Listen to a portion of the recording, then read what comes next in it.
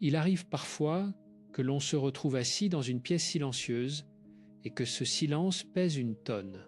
Pas le silence doux du matin, non, celui qui grince. Celui qui rappelle que le téléphone n'a pas sonné depuis 2 jours, que la dernière conversation vraie remonte à 1 semaine et que personne, absolument personne, ne sait exactement ce que l'on ressent en ce moment. Précise. Ce silence-là n'est pas une absence de bruit. C'est une présence lourde, froide, presque vivante. Et si Christophe André a consacré des décennies à comprendre l'âme humaine, c'est justement parce qu'il a rencontré dans son cabinet des centaines de personnes qui portaient ce silence en elles comme une blessure. Invisible. Vous avez cliqué sur cette vidéo, bien, parce que ce que vous allez entendre dans les prochaines minutes pourrait changer la façon dont vous habitez votre propre solitude, pas en la niant, pas en la maquillant d'optimisme, de pacotille, mais en comprenant enfin ce qu'elle essaie de vous dire, parce que la solitude, telle qu'André l'a décrit, n'est pas simplement le fait d'être seul. C'est quelque chose de bien plus subtil et bien plus dangereux à la fois. Et si vous partez maintenant, si vous fermez cette fenêtre avant d'avoir entendu ce qui vient, vous passerez peut-être à côté de la seule chose qui manquait pour que quelque chose change vraiment. Ce n'est pas une promesse légère, c'est une invitation sérieuse, celle d'un psychiatre qui a vu trop de gens attendre trop longtemps avant de tendre la main vers la lumière. Alors restez juste quelques instants. Parce qu'il y a quelque chose juste en dessous de cette solitude, quelque chose que vous n'avez peut-être jamais nommé. Et nommer les choses, dit André, c'est déjà commencer à les transformer. Imaginez la scène. C'est un mardi soir quelconque. La lumière artificielle du plafond bourdonne légèrement. Ce petit son mat est constant que l'on n'entend que lorsque tout le reste est silencieux. Une assiette posée sur la table de la cuisine, une seule assiette avec les restes d'un repas préparé sans vraie faim, juste pour avoir quelque chose à faire. L'odeur froide de la vaisselle qui attend. Le corps légèrement courbé sur lui-même, les épaules rentrées comme pour occuper le moins de place possible dans l'espace. Et sur l'écran du téléphone, des notifications de réseaux sociaux, des publicités, le sourire figé de gens que l'on ne connaît pas, vivant des vies qui semblent, elles, habitées. C'est une scène banale, et pourtant, c'est dans cette banalité que Christophe André reconnaît quelque chose de cliniquement important. Ce n'est pas un effondrement dramatique, ce n'est pas une crise visible, c'est une érosion lente, silencieuse, quotidienne. Une usure de l'intérieur, et c'est précisément parce qu'elle est silencieuse qu'elle est si dangereuse. On ne l'appelle pas par son nom. On dit « je suis fatigué ». On dit « je n'ai pas eu le temps ». On dit « ça va, ça ira mieux demain ». Bueno, mieux dire, on se raconte des histoires. Des histoires confortables qui permettent de ne pas regarder en face ce qui se passe vraiment. Et André, dans toute sa douceur clinique, dirait quelque chose comme « la première forme de courage, c'est de ne pas se mentir ». Parce que cette scène du mardi soir, elle ne concerne pas seulement les personnes âgées, isolées, ou les grandes figures tragiques de la littérature. Elle concerne des gens ordinaires, des gens actifs, des gens qui ont un travail, une famille parfois, des amis de temps en temps. Des gens qui sourient en réunion et qui rentrent chez eux dans un appartement où le silence a une texture particulière, presque granuleuse, comme une poussière qui se dépose sur tout. Et si vous vous reconnaissez dans cette scène, même un peu, même vaguement, alors cette vidéo vous appartient. Abonnez-vous si ce n'est pas encore fait. Non pas parce que c'est une obligation numérique, mais parce que revenir ici, régulièrement, c'est déjà un acte de soin envers vous-même. C'est choisir, délibérément, de nourrir votre vie intérieure dans un monde qui préfère vous vendre du bruit.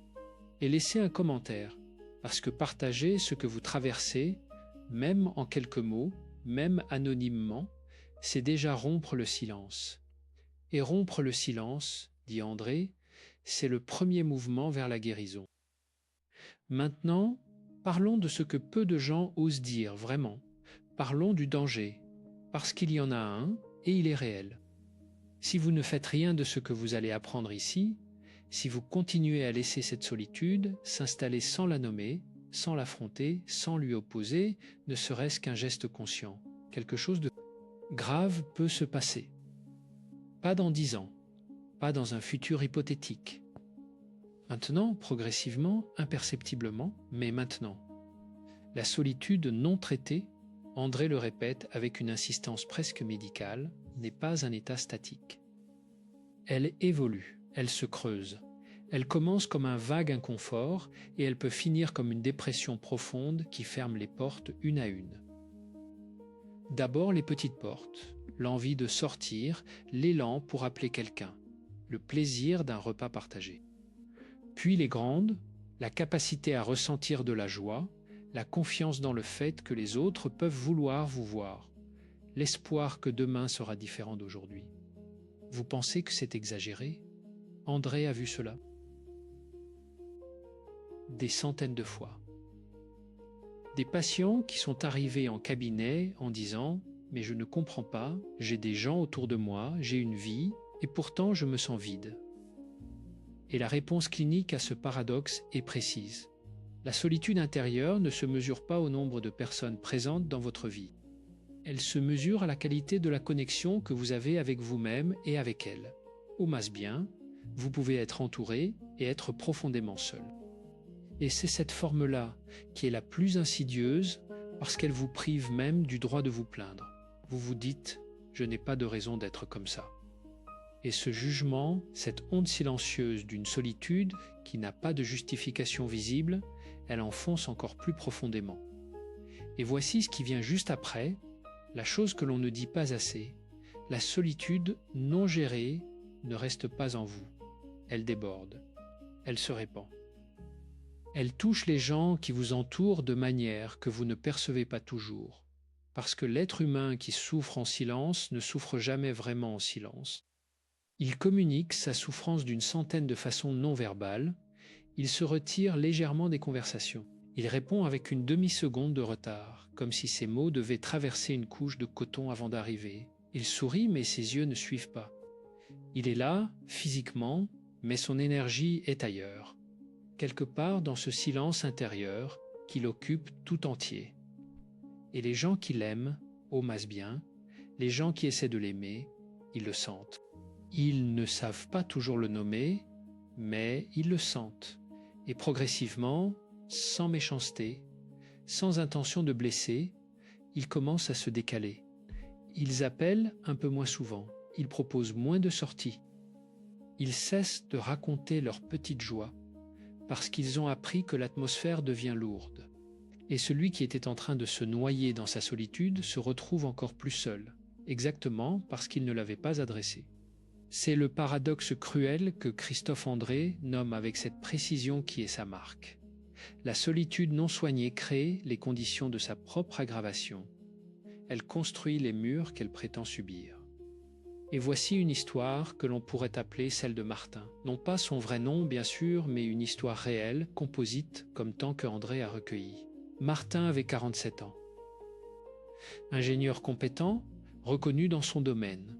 2 enfants qui grandissaient. Un ami de longue date, Julien, avec qui il avait traversé les grandes étapes de sa vie. Martin ne se disait pas dépressif. Il se disait fatigué, débordé, pas disponible en ce moment. Pendant 2 ans, il avait décliné les invitations de Julien. Pas toutes, mais assez. Il avait répondu aux messages avec des réponses courtes, fonctionnelles, sans chaleur. Il avait annulé 3 dîners de famille en invoquant le travail. Et lorsque sa femme lui demandait comment il allait vraiment, il répondait « ça va, avec cette légère irritation dans la voix qui fermait la conversation avant qu'elle commence. Un soir de novembre, l'air sentait le froid humide qui colle aux vêtements. Julien lui a envoyé un message. Pas un message ordinaire. Un message long, écrit à 2 heures du matin, qui disait en substance « Je ne sais plus comment être ton ami. Je ne sais plus ce que tu veux de moi. J'ai l'impression que tu n'es plus là depuis longtemps. » Martin a lu ce message et quelque chose s'est fissuré en lui. Pas parce que Julien avait tort, mais parce qu'il avait raison. Et Martin avait perdu 2 ans à ne pas voir qu'en s'éloignant de lui-même, il s'était éloigné de tout le monde. Le coup exact, une amitié de 20 ans qui ne s'est jamais tout à fait remise. Une relation conjugale qui avait développé une distance qu'aucun des deux ne savait vraiment comment combler. Et 2 enfants qui avaient appris, sans que personne ne le leur enseigne, que leur père était quelqu'un que l'on n'approchait pas trop près. Ce n'est pas une histoire pour faire boire. Parce que ce Martin, il vit en beaucoup d'entre nous, non? Chirodécir, dans un monde où la performance est reine, où l'on valorise la productivité au détriment de la présence, où les émotions sont vues comme des obstacles à l'efficacité.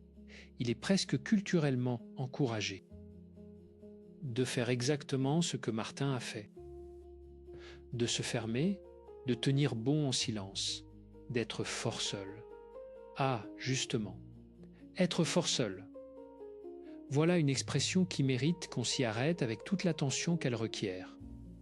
Parce qu'il y a dans cette formule quelque chose de profondément ambigu. Quelque chose qui peut être une véritable ressource et à la fois un piège redoutable. André, dans sa pratique, a rencontré les 2 visages de cette force solitaire. Il y a celui qui choisit la solitude comme un espace de ressourcement, de recueillement, de reconnexion à soi. Le moine dans sa cellule, si vous voulez, mais aussi le marcheur qui part seul en montagne, la lectrice qui s'isole 1 heure le soir pour se retrouver, le contemplatif qui apprend à être avec lui-même sans en avoir peur. Cette solitude-là est fertile, elle nourrit, elle prépare à la relation plutôt qu'elle ne la fuit. Et puis il y a l'autre, celui qui est fort seul parce qu'il n'a plus le choix. Ou plutôt, et c'est là que ça devient intéressant cliniquement, celui qui croit ne plus avoir le choix. Celui pour qui être seul n'est plus une décision, mais une habitude tellement ancrée qu'elle ressemble à une identité. Je suis quelqu'un de solitaire. Je n'ai pas besoin des autres. Je suis mieux seul. Ces phrases, André les a entendues des centaines de fois. Et à chaque fois, il y entendait non pas une vérité sur la personne, mais une protection. Un bouclier construit à partir d'une blessure ancienne. Parce que personne ne naît en préférant l'isolement. L'être humain est une créature sociale dans le sens le plus profond, neurobiologique, évolutionnaire du terme. Nous sommes câblés pour la connexion. Notre système nerveux se régule dans la relation. Nos émotions s'apaisent quand elles sont partagées. Notre sens de nous-mêmes se construit dans le miroir de l'autre. Alors quand quelqu'un dit « je suis mieux seul », André entend « j'ai été blessé dans la relation et la solitude est devenue plus sûre que le risque d'être blessé à nouveau ». Ce qui est, d'une certaine façon, une stratégie d'adaptation remarquablement intelligente. Le problème, c'est qu'elle coûte très cher à long terme. Es-Désir, la protection contre la douleur de la relation est devenue, elle-même, une source de douleur plus grande. Et voilà la porte d'entrée du vrai sujet, celui qui nous occupe ici. Comment être fort seul, dans le bon sens du terme? Comment développer cette capacité à habiter sa solitude sans en être prisonnier? Comment construire, depuis l'intérieur, une résilience qui ne soit pas un mur, mais une racine?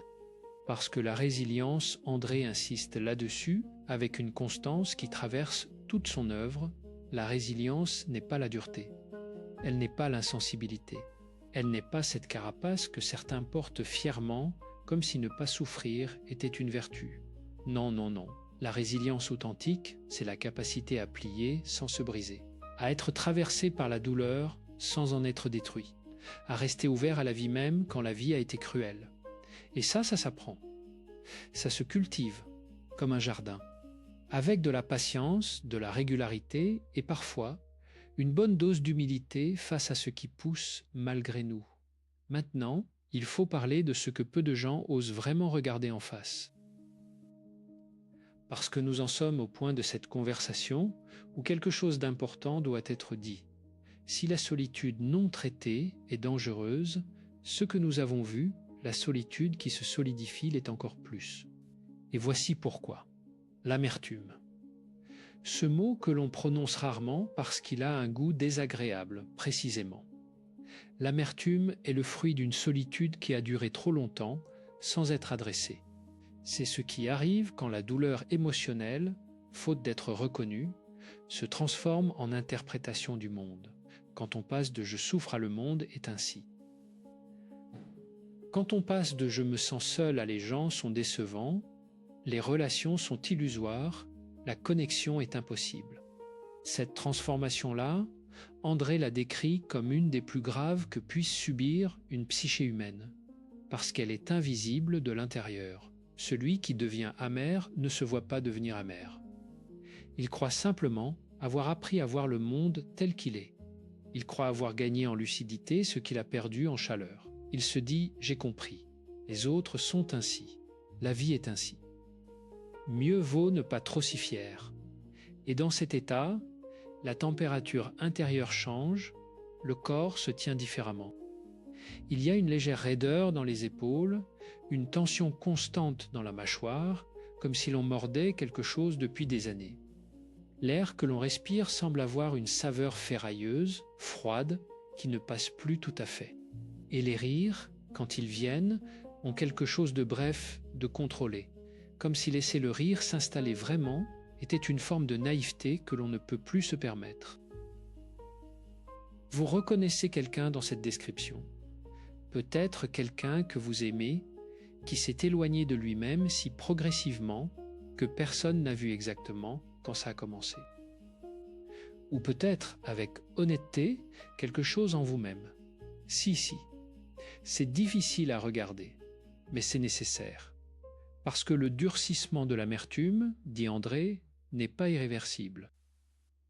Tant qu'on l'attrape avant qu'il ne devienne une identité totale. Et c'est ici que nous arrivons au moment crucial de cette conversation. Dans un moment, vous allez recevoir des outils concrets, des pratiques simples, ancrées dans la recherche en psychologie et dans les traditions contemplatives, pour commencer à dénouer ce que la solitude a noué, pour cultiver cette résilience douce dont André parle, pour apprendre vraiment à être fort seul sans que cette force soit une prison. Mais avant, il faut nommer une dernière chose, quelque chose d'important sur notre époque. Nous vivons dans un monde qui a inventé 1000 façons d'être ensemble tout en étant profondément seul. Les réseaux sociaux, ces merveilleux instruments de connexion qui sont devenus, pour beaucoup, des machines à produire de la comparaison et de l'inadéquation. Les messageries instantanées qui permettent d'envoyer un emoji à quelqu'un que l'on n'a pas vu depuis 3 ans et d'appeler ça « maintenir le lien ». Les applications de rencontres qui traitent l'être humain comme un catalogue que l'on feuillette avec le pouce, en cherchant la connexion parfaite avec la même logique que l'on cherche un appartement. André, avec ce sens de la douce ironie qui lui est propre, dirait que l'humanité a rarement disposé de tant d'outils pour se rapprocher et rarement été aussi habile à s'en servir pour maintenir une distance confortable. Parce que c'est plus facile, n'est-ce pas, d'envoyer un message que de passer un coup de téléphone. Plus facile de liker une photo que de demander comment tu vas vraiment et d'attendre la réponse vraie.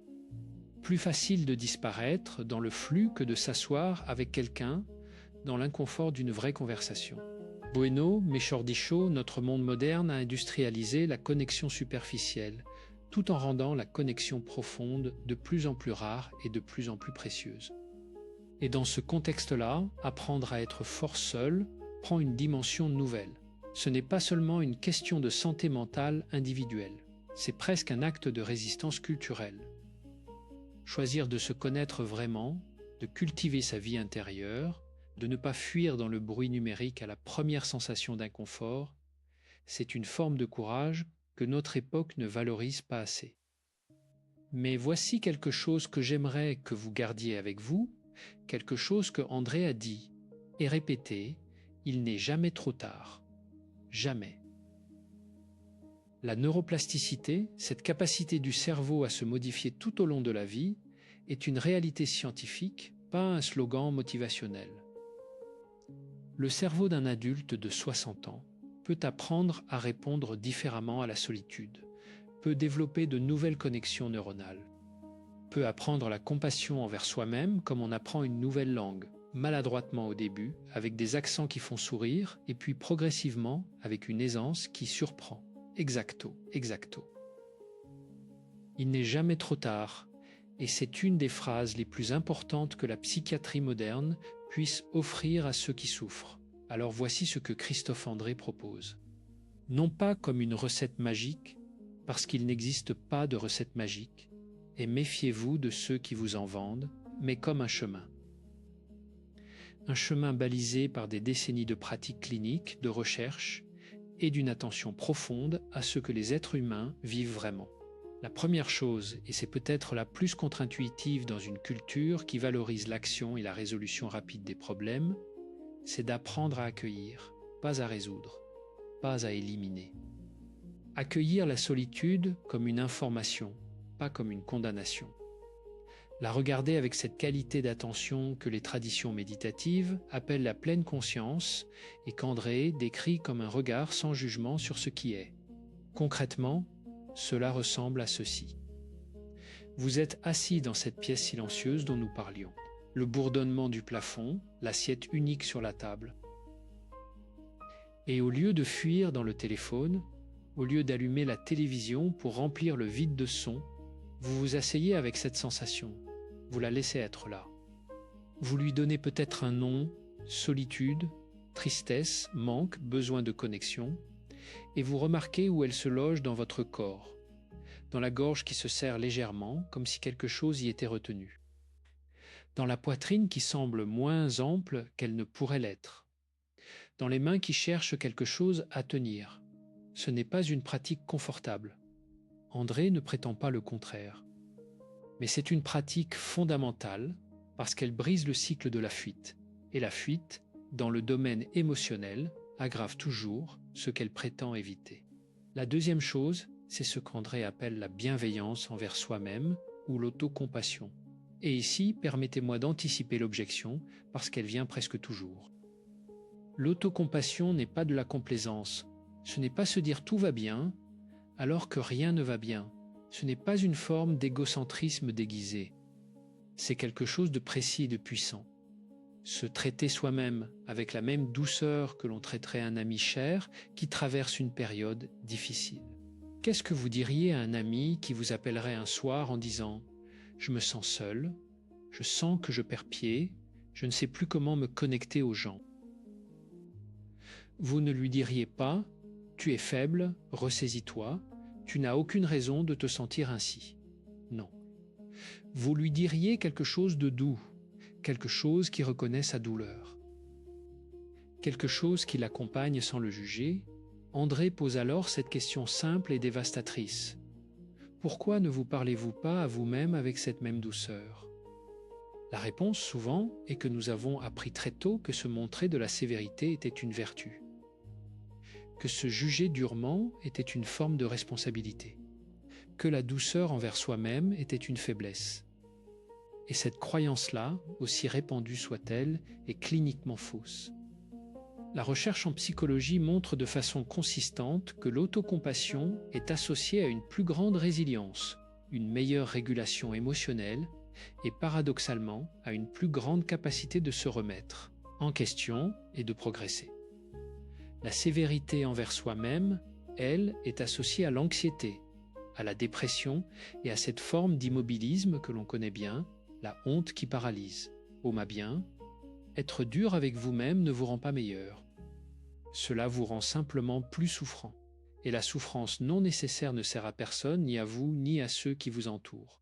Voici la troisième pratique, et elle est d'une simplicité presque déconcertante. André l'appelle parfois le retour au corps, et dans les traditions méditatives, on pourrait l'appeler l'ancrage. C'est l'acte délibéré de revenir dans les sensations physiques quand la pensée commence à s'emballer, à tourner en rond, à construire des scénarios catastrophiques sur l'avenir ou à ruminer les erreurs du passé. Parce que le mental, laissé à lui-même dans un état de solitude et de douleur, est un narrateur particulièrement peu fiable. Il a tendance à extrapoler, à généraliser, à transformer un mardi soir difficile en une vérité définitive sur votre vie entière. Et c'est ici que le corps devient un allié précieux. Concrètement, 3 respirations profondes. Pas 10, pas 20, 3, lentes, conscientes, sentir le sol sous les pieds, la texture du tissu sous les mains, la température de l'air qui entre dans les narines, légèrement plus fraîche que l'air qui en sort. Ces sensations-là sont réelles, elles sont présentes. Et elles signalent au système nerveux « Je suis ici, maintenant, en sécurité, dans ce moment précis ». André dit quelque chose de beau à ce sujet, le présent est toujours plus habitable que l'histoire que l'on se raconte sur le présent. Et la pleine conscience, dans son expression la plus simple, c'est justement ce retour au présent, pas comme une fuite du passé ou de l'avenir, mais comme un ancrage dans ce qui est réellement là. Sentez-vous comment ces trois premières pratiques sont liées: accueillir sans fuir, traiter avec douceur, revenir au corps. Elles forment ensemble une sorte de triangle de base, une structure minimale mais solide sur laquelle la résilience peut commencer à se construire. Maintenant, voici quelque chose que André aborde dans ses livres et dans ses conférences avec une nuance qui mérite d'être transmise ici. La solitude et la relation aux autres ne sont pas des opposés. Ce n'est pas soit je suis seul, soit je suis avec les autres. La capacité à être seul de façon saine, à habiter sa solitude sans en être terrorisé, est en réalité la condition d'une relation aux autres plus libre, plus authentique, moins désespérée. Chirodécire, quand on est incapable d'être seul, on a tendance à chercher dans les relations des choses que les relations ne peuvent pas donner. On cherche à être comblé, rassuré, validé de façon permanente. Et cette demande-là, aussi légitime soit-elle dans son origine, finit par épuiser les relations. Elle crée une dynamique où l'autre devient responsable de notre état intérieur, ce qui est un poids que personne ne peut porter longtemps. Alors paradoxalement, apprendre à être seul, vraiment seul, avec soi-même, à s'y sentir à peu près bien, c'est ce qui permet de retrouver les autres sans les dévorer. C'est ce qui permet une relation où deux personnes se choisissent parce qu'elles s'enrichissent mutuellement et non parce qu'elles se sauvent mutuellement. Et c'est ici que nous revenons à cette expression, être fort seul, parce que la force véritable dans la solitude, ce n'est pas l'autosuffisance totale. Ce n'est pas l'indépendance absolue qui n'a besoin de rien ni de personne. C'est quelque chose de plus subtil. C'est la capacité à se tenir debout dans sa propre compagnie, sans se fuir, sans se détester, sans se perdre dans le bruit pour ne pas s'entendre. Et cette force-là, quand elle existe vraiment, rayonne. Elle est perceptible. Les gens qui ont développé cette qualité-là ont quelque chose dans le regard, une forme de présence tranquille qui attire naturellement, qui donne envie d'approcher, qui inspire confiance. Pas parce qu'ils sont parfaits, pas parce qu'ils n'ont pas de blessures, mais parce qu'ils ont appris à habiter leurs blessures sans en faire des armes ou des murs.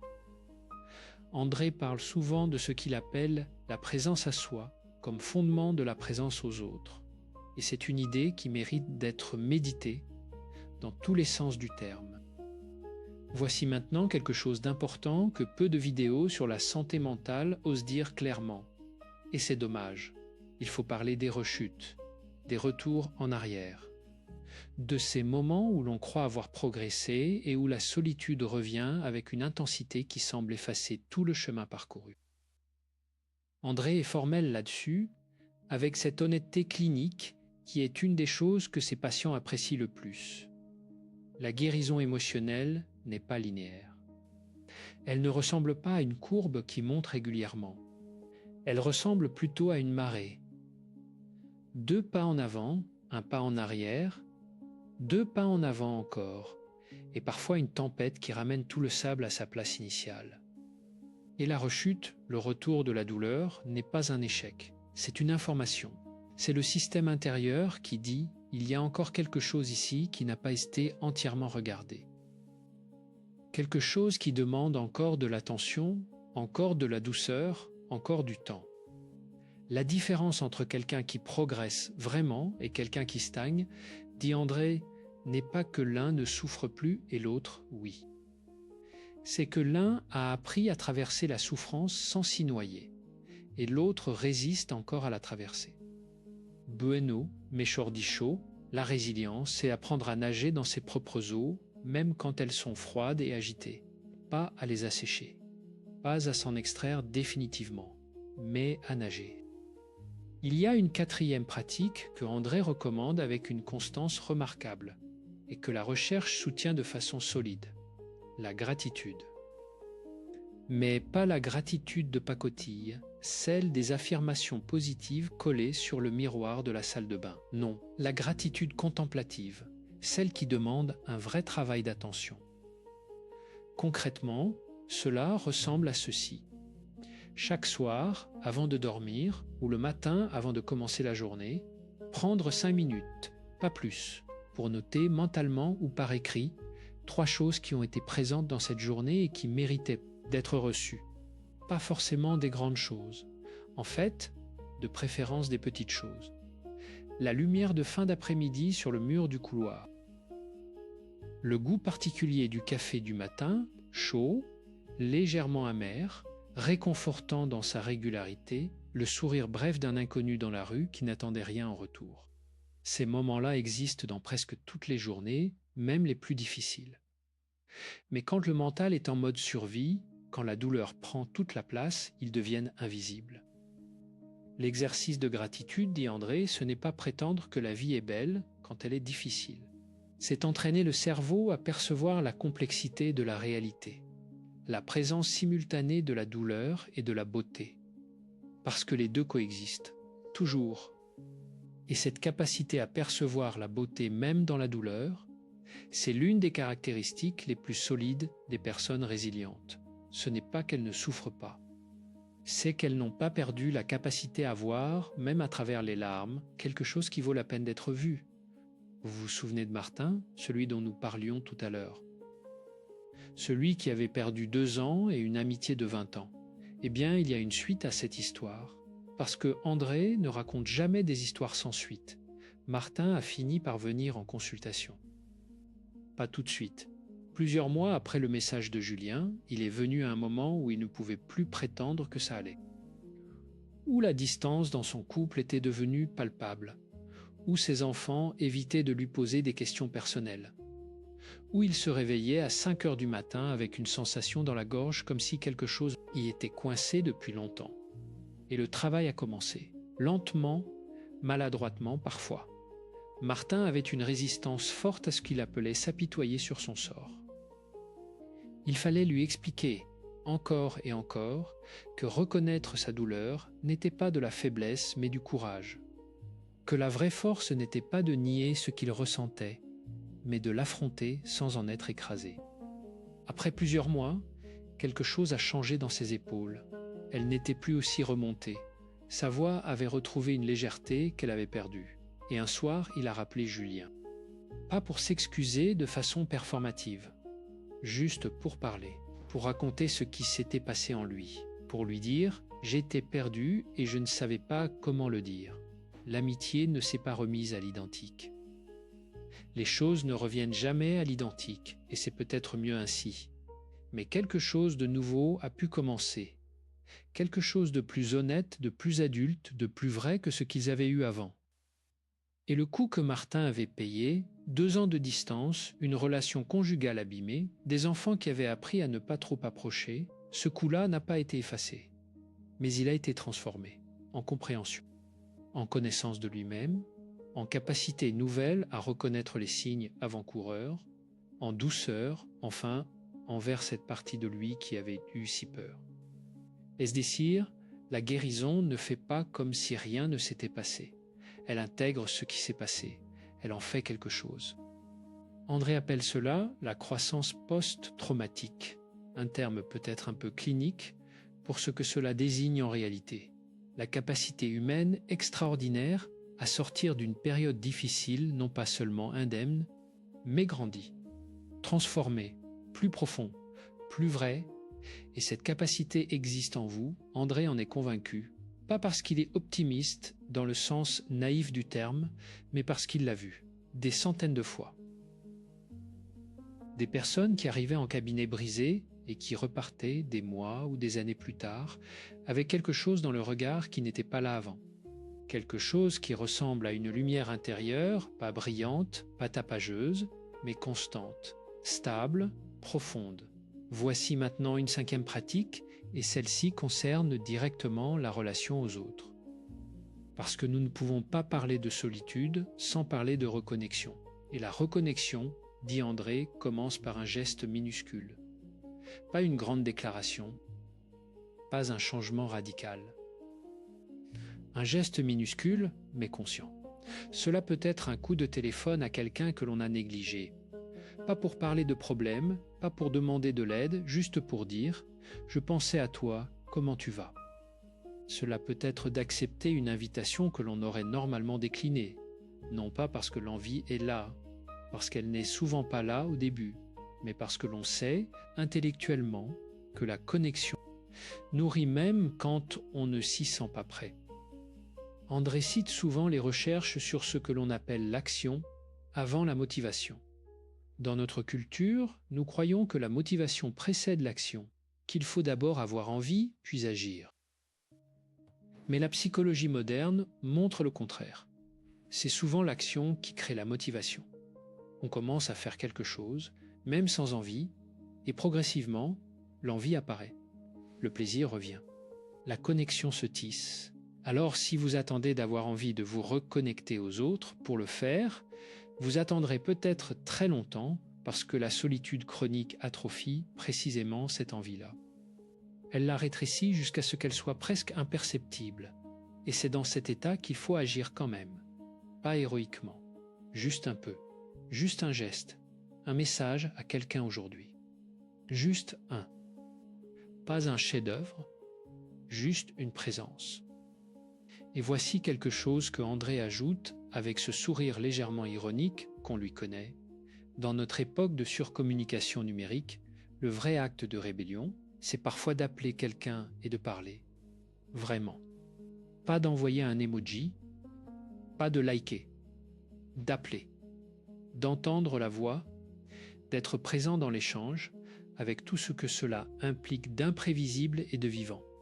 La voix humaine, dit-il, a des propriétés régulatrices sur le système nerveux que le texte écrit ne peut pas reproduire. Ce n'est pas de la nostalgie pour le passé, c'est de la neurobiologie. Il y a un sixième aspect de cette résilience dont André parle, et il est peut-être le plus profond. C'est la question du sens. Viktor Frankl, le psychiatre autrichien qui a survécu au camp de concentration et qui a fondé la logothérapie, disait que l'être humain peut supporter presque n'importe quel comment s'il a un pourquoi. Et André, dans sa pratique, rejoint cette intuition profonde. La solitude qui détruit est souvent une solitude qui a perdu son sens, qui ne s'inscrit dans aucune histoire plus grande, qui est juste là, vide, froide, sans direction. La solitude qui nourrit, au contraire, est celle qui s'inscrit dans quelque chose. Une période de recueillement avant une action, un temps de deuil nécessaire, une traversée du désert qui prépare une traversée différente. André encourage ses patients à se poser cette question avec honnêteté et sans pression. Qu'est-ce que cette période difficile essaye de me dire? Pas dans le sens d'une punition ou d'un destin, non. Dans le sens d'une information, d'un signal. Qu'est-ce qui, dans ma vie, a besoin d'attention? Qu'est-ce que j'ai évité de regarder? Qu'est-ce que cette solitude révèle sur ce dont j'ai besoin, sur ce que je veux vraiment, sur ce qui me manque, non pas comme distraction, mais comme substance? Ces questions ne trouvent pas de réponse immédiate. Et c'est bien ainsi. Le simple fait de les poser avec sincérité ouvre quelque chose. Crée un espace où quelque chose de nouveau peut émerger. Bueno, Cryodésir, le sens ne se trouve pas, il se construit, patiemment, avec les matériaux de ce que l'on est et de ce que l'on traverse. Et André ajoute quelque chose que j'aimerais vous laisser avec vous, quelque chose qui résonne comme une conclusion provisoire, parce que dans la vie intérieure, les conclusions sont toujours provisoires. Il dit « La solitude peut être une école difficile, sévère parfois, mais une école. Celle qui enseigne la connaissance de soi, celle qui apprend à distinguer ce qui est essentiel de ce qui est superflu. Celle qui, si on la traverse avec conscience plutôt qu'en la fuyant, peut faire de vous quelqu'un de plus profond, de plus vrai, de plus capable de vraie connexion. Ce n'est pas une valorisation de la souffrance. André n'est pas de ceux qui pensent qu'il faut souffrir pour grandir. Il pense que l'on peut grandir sans souffrir inutilement. Mais quand la souffrance est là, il croit fermement qu'elle peut être traversée de façon à laisser quelque chose de précieux dans son sillage. Et vous, là où vous en êtes ce soir, cet après-midi, ce matin, dans cette pièce où vous écoutez ces mots, qu'est-ce que votre solitude essaye de vous dire? Pas de vous condamner, pas de vous punir, vous dire. Parce qu'elle parle, la solitude. Elle parle toujours. Le problème, c'est que nous avons appris à faire trop de bruit pour l'entendre. Maintenant, prenons un moment pour parler de quelque chose que André aborde, avec une précision particulière dans ses travaux sur la méditation et la pleine conscience, la différence entre la rumination et la réflexion. Parce que beaucoup de gens confondent les deux, et cette confusion coûte cher. La rumination, c'est la pensée qui tourne en rond. Elle part d'un point de douleur, elle l'examine sous tous les angles, elle imagine les pires scénarios, elle convoque tous les regrets, toutes les erreurs, toutes les occasions manquées. Et elle revient au point de départ pour repartir dans le même circuit, encore et encore, comme un disque rayé, pour utiliser une métaphore que certains d'entre vous reconnaîtront. La rumination ne résout rien. Elle amplifie, elle creuse, elle épuise. La réflexion, elle, est différente. Elle part du même point de douleur, mais elle se pose des questions différentes. Pas que s'est-il passé, et comment ai-je pu faire ça, et pourquoi les choses sont-elles ainsi? Mais plutôt, qu'est-ce que je peux apprendre de cela? Qu'est-ce qui est dans mon pouvoir de changer? De quoi ai-je besoin maintenant? La différence entre les deux n'est pas toujours évidente de l'intérieur. Et André propose un indicateur simple. Si après 10 minutes de pensée sur un sujet douloureux, vous vous sentez plus lourd, plus épuisé, plus sombre, c'est de la rumination. Si vous vous sentez, même légèrement, plus clair, plus orienté, c'est de la réflexion. Et le remède à la rumination, ce n'est pas de ne plus penser, c'est de changer la qualité de l'attention, de passer de la pensée automatique qui tourne en boucle à la pensée consciente qui choisit sa direction. Et cela s'apprend, avec la pleine conscience comme outil principal. Est-ce désir, quand vous remarquez que vous ruminisez, la première étape n'est pas de vous en vouloir, parce que l'autocritique est elle-même une forme de rumination. La première étape, c'est de nommer ce qui se passe avec douceur. Je suis en train de ruminer. Juste ça. Et puis de revenir doucement au présent, au souffle, aux sensations du corps, à quelque chose de réel et de maintenant. Oui, c'est simple. Et oui, il faut le faire des milliers de fois avant que cela devienne naturel. C'est comme apprendre à marcher. On tombe, on se relève, on retombe, on se relève encore. Et un jour, on marche. Voici maintenant quelque chose que André enseigne dans ses ateliers et que peu de gens connaissent sous ce nom, la méditation de la bienveillance, ou méta, dans la tradition bouddhiste. Mais André la dépouille de tout apparat religieux pour en faire quelque chose d'accessible à tous, quelle que soit leur tradition ou leur absence de tradition. Concrètement, cela ressemble à ceci. On s'assoit confortablement, on ferme les yeux et on commence par se souhaiter à soi-même, intérieurement, avec des mots simples, puissé-je être en paix, puissé-je être en bonne santé, puissé-je être heureux, puissé-je m'accepter tel que je suis. Ce n'est pas une incantation magique, c'est un entraînement de l'attention et du cœur. On commence par soi-même parce que l'on ne peut pas donner ce que l'on n'a pas, parce que la bienveillance envers soi est le fondement de la bienveillance envers les autres. Puis, on étend progressivement cet espace à quelqu'un que l'on aime facilement, un enfant, un ami proche, un animal. Puis à quelqu'un de neutre, un voisin que l'on connaît à peine. Puis, et c'est là que ça devient difficile et intéressant à la fois, à quelqu'un avec qui on est en difficulté. Pas pour pardonner de façon performative, mais pour reconnaître l'humanité partagée. André cite des études qui montrent que la pratique régulière de cette méditation, quelques minutes par jour, sur plusieurs semaines, modifie mesurable dans les patterns d'activation cérébrale, augmente les émotions positives, réduit les symptômes dépressifs et améliore la qualité des relations interpersonnelles. Ce n'est pas de la magie, c'est de la neuroscience.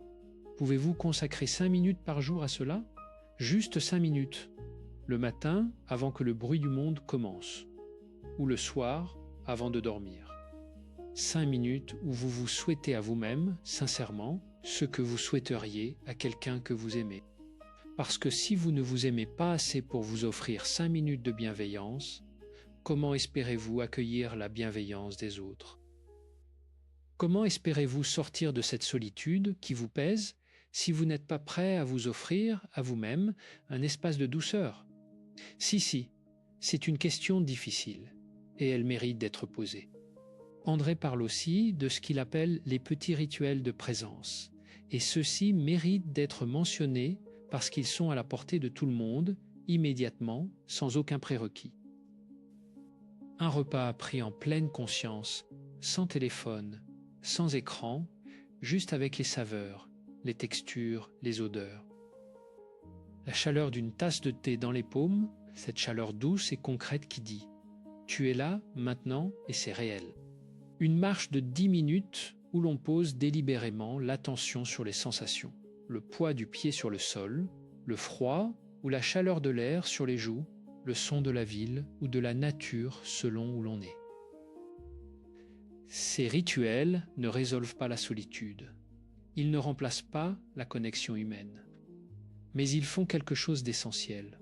Ils ramènent l'être dans le présent. Ils interrompent la spirale de la pensée automatique. Ils rappellent au corps et à l'esprit qu'il y a quelque chose ici, maintenant, qui mérite d'être habité. Et c'est peut-être cela, au fond, le sens le plus profond d'être fort seul. Non pas être fort en l'absence des autres, mais être suffisamment présent à soi-même pour que la solitude, quand elle vient, ne soit pas une catastrophe, mais une conversation. Une conversation avec soi-même qui peut être, avec le temps et la pratique, la plus importante que l'on ait jamais eue. André conclut souvent ses conférences avec une image que j'aimerais vous laisser. Il parle d'un arbre en hiver, un arbre sans feuilles, dénudé, qui semble au premier regard mort ou mourant. Et pourtant, sous la surface, dans les racines qui s'enfoncent profondément dans la terre froide, quelque chose prépare. Quelque chose accumule, quelque chose attend le moment de monter. La solitude traversée avec conscience, dit-il, ressemble à cet arbre en hiver. Elle n'est pas une fin, elle est une préparation. Une accumulation de forces intérieures qui, au moment juste, se transformeront en quelque chose de nouveau, en feuilles, en fleurs, en fruits. Il n'est jamais trop tard pour que cela arrive. Jamais. La sève attend en vous, même si vous ne la sentez pas encore, même si le froid vous semble interminable, même si les branches sont nues et que le vent est fort. Vous êtes cet arbre. Et le printemps, comme toujours, finit par venir. Alors voilà ce que Christophe André laisserait avec vous ce soir. Non pas une guérison instantanée, non pas une formule magique, mais un chemin. Balisé, concret, accessible. Accueillez ce que vous ressentez sans le fuir. Traitez-vous avec la douceur que vous offririez à un ami. Revenez au corps quand le mental s'emballe.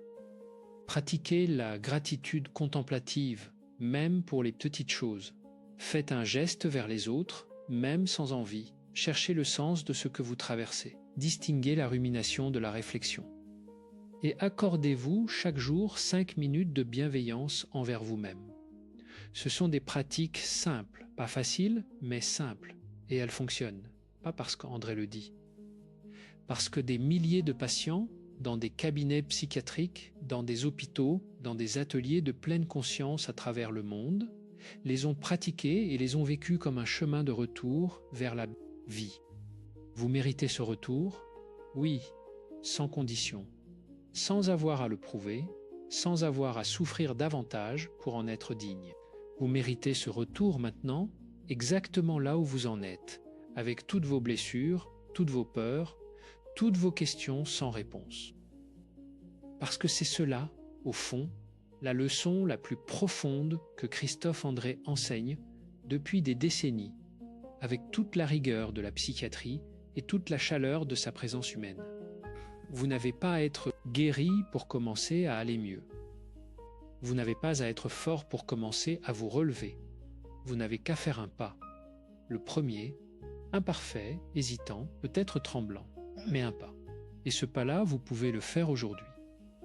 Si cette conversation vous a touché, si quelque chose ici a résonné avec ce que vous vivez ou avec ce que vous observez chez quelqu'un que vous aimez, partagez-la. Non pas pour des raisons numériques, mais parce que parfois, envoyer une vidéo à quelqu'un, c'est aussi une façon de lui dire « Je pense à toi. Je t'ai en tête. Tu n'es pas seul. » Et laissez un commentaire. Dites ce que vous avez ressenti. Posez la question que vous n'avez pas osé poser ailleurs. Parce que cet espace-là, ce petit espace de commentaires sous une vidéo, peut être lui aussi un lieu de connexion réelle si on le choisit. La solitude se combat avec la présence à soi d'abord, la présence aux autres ensuite. Et parfois, une voix entendue dans la solitude d'une pièce silencieuse peut être le début de quelque chose. Le premier fil d'un tissu qui, peu à peu, avec patience et douceur, redevient chaud. Prenez soin de vous, vraiment, pas comme une formule de politesse, comme une instruction sérieuse, parce que vous en êtes digne, et parce que le monde a besoin de vous, présent, vivant, connecté à ce que vous êtes vraiment.